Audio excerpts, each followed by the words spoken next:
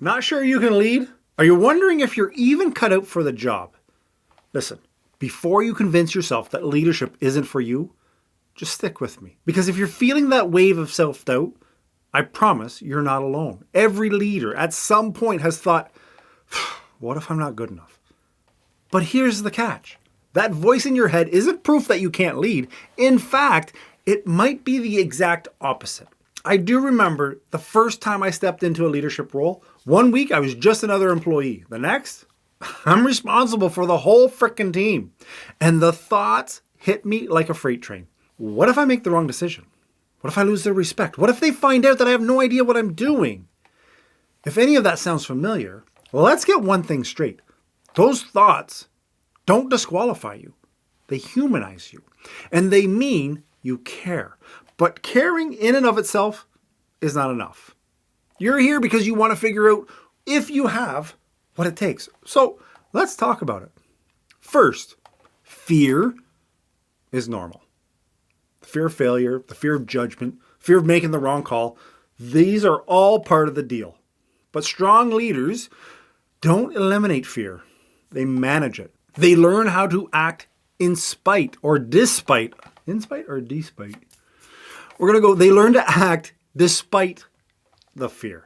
If you're afraid, it means you're stepping into something that matters. And that's where the growth happens. When I was denied a leadership promotion 7 times, for a moment, I thought it was proof that I just wasn't cut out for it.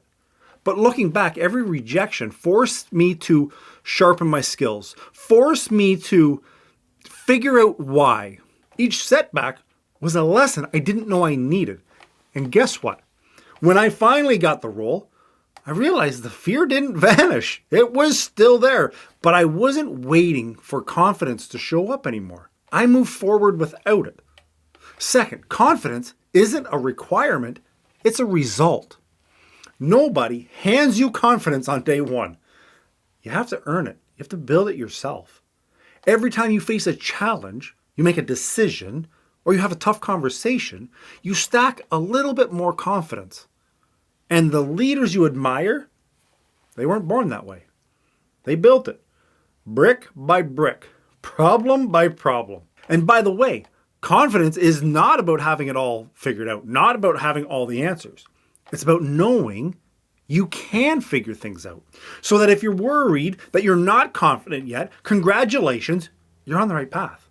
Think about someone like Sarah Blakely, the founder of Spanx. She didn't know how to run a business, at least not at first, but she believed that she could learn. She took action. She failed, she learned, she adjusted. Confidence ended up following. It's not easy, but it's that easy. Third, leadership isn't about perfection. It's not about knowing everything or never making a mistake. Some of the best leadership moments come from owning a misstep, come from making it right and showing your team what accountability looks like. I've personally made decisions, more than I care to share, but I've personally made decisions that have backfired.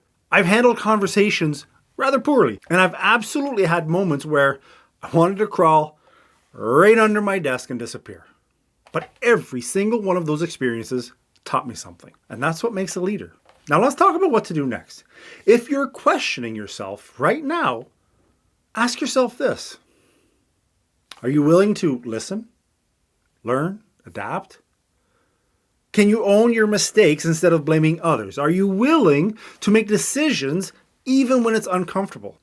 If the answer is yes, or even a hesitant maybe, you're on the right track. And if you're thinking, okay, but where do I go to even start?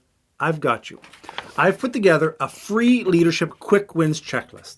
It's a straightforward guide with practical tips that you can use right now to boost your confidence. It'll help you make decisions with clarity, and it's going to help you build credibility instantly with your team. You're going to find it in the description below. Give it a look. Now, before you go, remember this. Real leaders aren't fearless. They're courageous. And courage isn't the absence of fear. It's choosing to lead anyway. We got this.